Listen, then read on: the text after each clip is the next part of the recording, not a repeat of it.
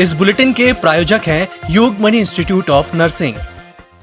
नमस्कार, जबलपुर लाइव में आपका स्वागत है और मैं हूं आपके साथ एकता। आइए बढ़ते हैं खबरों की ओर।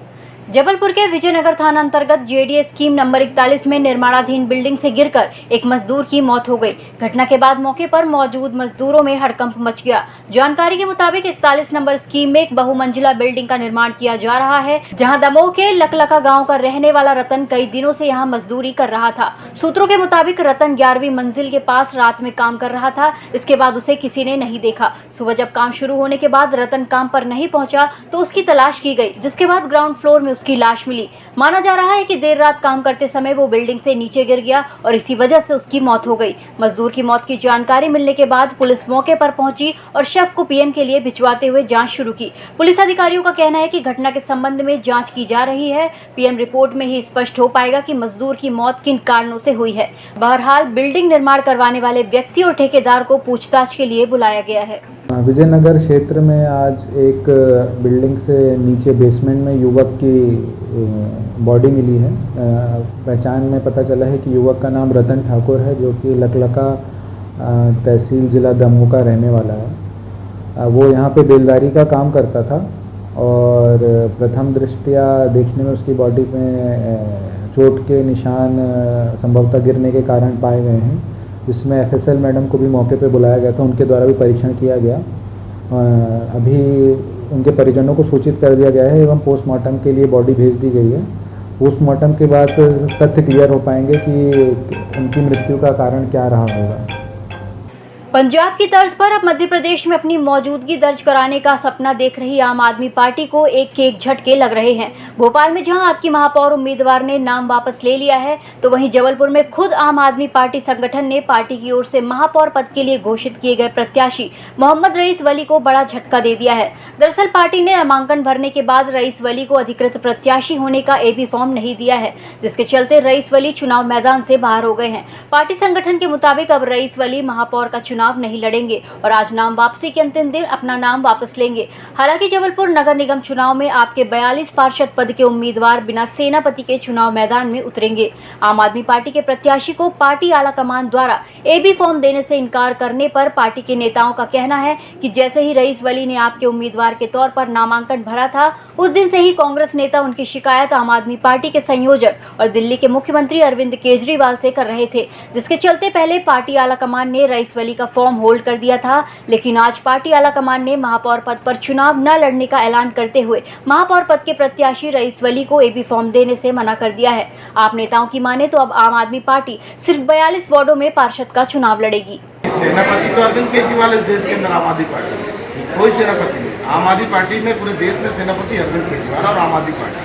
जितने लोग चुनाव लड़ रहे हैं वो आम आदमी पार्टी और झाड़ू के नाम पे लड़ रहे हैं, अरविंद केजरीवाल के नाम पे लड़ रहे हैं, दिल्ली मॉडल पे चुनाव लड़ रहे हैं, व्यक्ति विशेष के नाम पे चुनाव लड़ रहे हैं। मैं एक छोटा सा कार्यकर्ता, मुझे जवाबदारी दी है, उस जवाबदारी को निर्वाह कर रहा हूँ। बाकी जितने लोग हैं सब झाड़ू के नाम पे चुनाव लड़ रहे हैं, व्यक्तिगत चुनाव लड़ रहे हैं। जबलपुर जिले के आगामी पंचायत चुनाव को लेकर जबलपुर पुलिस कंट्रोल रूम में एक बैठक का आयोजन जबलपुर पुलिस अधीक्षक सिद्धार्थ बहुगुणा की अध्यक्षता में किया गया, जिसमें ग्रामीणों के पुलिस अधिकारी और थाना प्रभारी मौजूद रहे।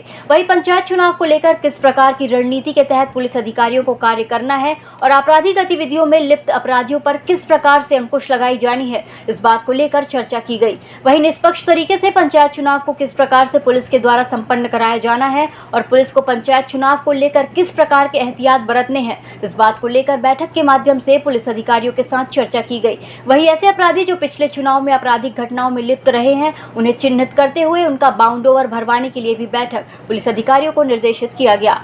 चुनाव के दौरान किस प्रकार से पुलिस की गाड़ी में बलवा ड्रिल की सामग्री, वीडियो कैमरा आदि रखने के निर्देश भी पुलिस अधिकारियों को दिए गए। वहीं सुरक्षा व्यवस्था के लिए शासकीय वाहन और अधिग्रहित वाहनों का पीए सिस्टम चालू हालत में हो, इस बात को लेकर भी चर्चा की गई और अधिकारियों को आवश्यक दिशा निर्देश पंचायत चुनाव को लेकर दिए गए।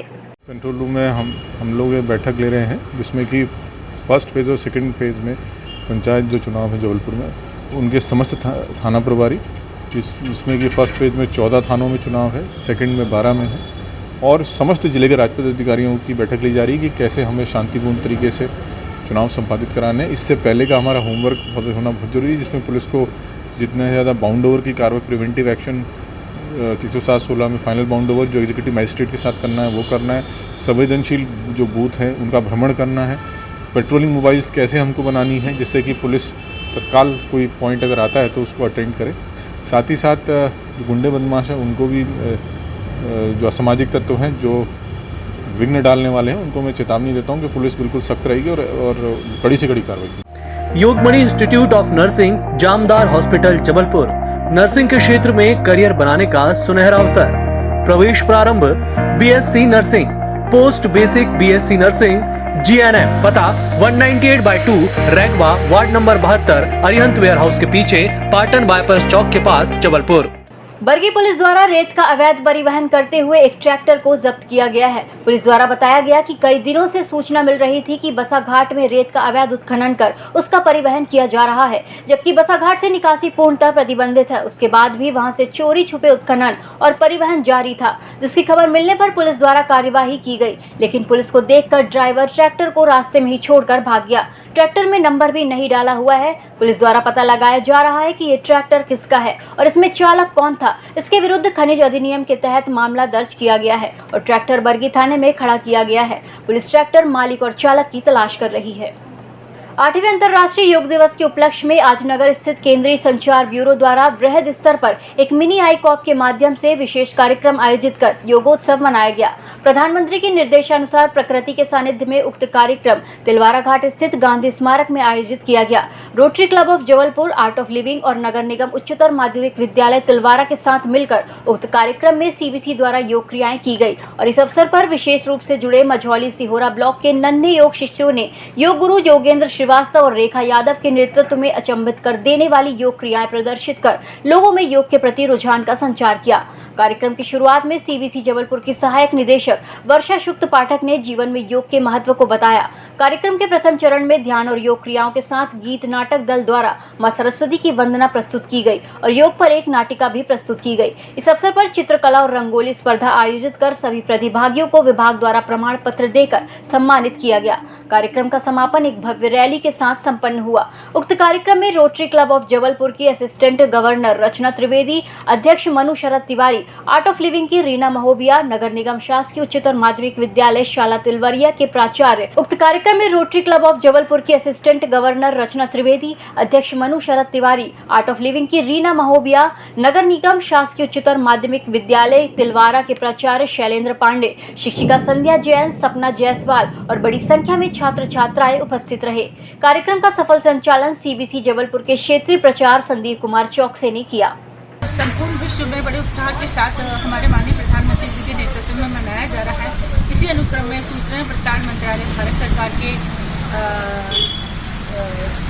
सेंट्रल ब्यूरो ऑफ कम्युनिकेशन द्वारा एक योग पर कार्यक्रम किया गया। जागरूकता कार्यक्रम के अंतर्गत आज हमने प्रकृति का एक स्थल रेवा नर्मदा तीर्थ पर यह कार्यक्रम किया गया। इस कार्यक्रम में छात्र छात्रा, युवा, योगाचार्य और रोटरी क्लब ऑफ जबलपुर साथ में श्री श्री रविशंकर महाराज जी के योगा शिष्यों को जोड़ा गया और जिसका उद्देश्य था कि जैसा कि हम जानते हैं 30 साल की टीम की मानवता के लिए योग, इस पर लोगों को जागरूकता पर जानकारी दी गई, योग पर आसन किए गए और साथ ही रैली निकाल करके एक समस्त मानवता को संदेश दिया गया कि योग से जुड़े और स्वस्थ रहे। कोविड महामारी के दौरान हमने सबने जाना है कि योग हमारे जीवन का एक अभिन्न अंग बन चुका है। हमारे स्वस्थ जीवन में योग आवश्यक है। इसी बातों को लेकर के आगे लोगों तक जन जन तक योग का प्रचार प्रसार किया गया। इस बुलेटिन में फिलहाल इतना ही। नमस्कार।